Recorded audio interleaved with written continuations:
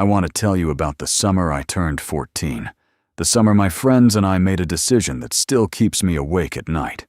School had just let out for the year, and 3 months of freedom stretched out in front of us, like something too good to be real. And looking back, now I think that is exactly what it was. There were 4 of us, me and my best friend Daniel, and 2 kids from our class named Priya and Cole, and we grew up in a small town in rural Ohio where nothing ever happened, and that was the problem. We were bored, and we were stupid, and we were looking for something to do.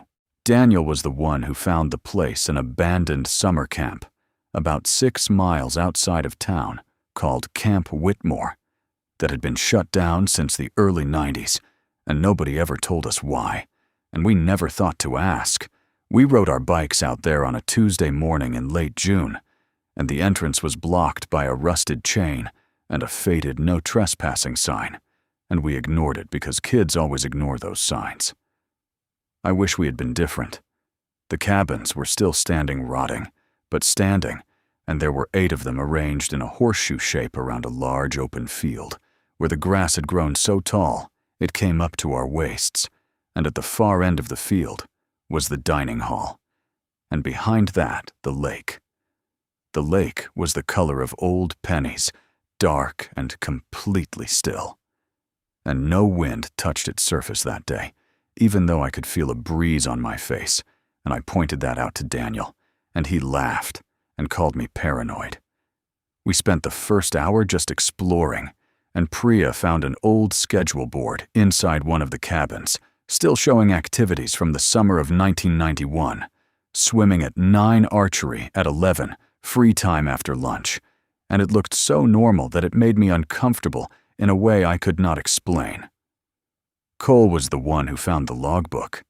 It was in the camp director's office, a small room attached to the back of the dining hall, and the logbook was a thick green binder sitting on the desk like someone had just set it down, and Cole flipped through it, reading out loud.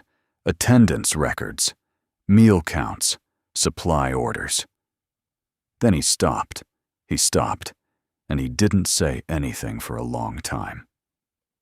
The last entry was dated August 14th, 1991, written in handwriting that started out neat and became increasingly difficult to read as it went on, and the director wrote that 3 campers had gone missing from cabin 4 the night before, and that the search had turned up nothing, and that there was something in the water, and that he had seen it from his window after midnight. And he wrote that it looked like a child standing waist-deep in the lake, but that it was not a child, and he could tell because it was not moving, and it had been standing in the same position for 4 hours without moving even slightly. The entry ended mid-sentence.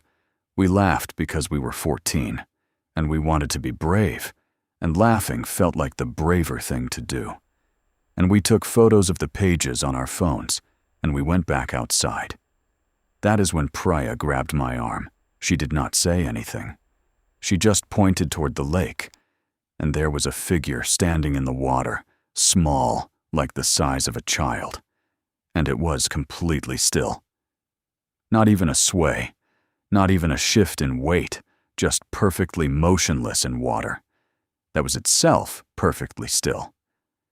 Daniel said it was probably just a post or a dock pylon, and that the shape was just our imagination filling in the gaps. And he started walking toward the lake to prove it. I grabbed him. Something in my body made the decision before my brain did, and I grabbed his arm, and I told him we needed to leave right now. We needed to leave right now. He looked at me, and then he looked back at the lake. The figure had turned around. It was facing us now, and even from that distance, I could see that its head was tilted slightly to the side, the way a curious animal tilts its head when it hears something unfamiliar. We ran. I do not remember getting to our bikes. I do not remember the ride back into town. And my next clear memory is sitting on Daniel's porch in the afternoon sun, trying to convince myself that I had imagined the whole thing. But I had not imagined it, and none of us had, because none of us ever went back and none of us ever talked about it again. And none of us ever had to explain why some things you just understand, without words. We never found out what happened to those 3 campers from cabin 4, and we never found out what the director saw from his window, and we never found out what was standing in that lake. And if I am being completely honest with you, I hope we never do.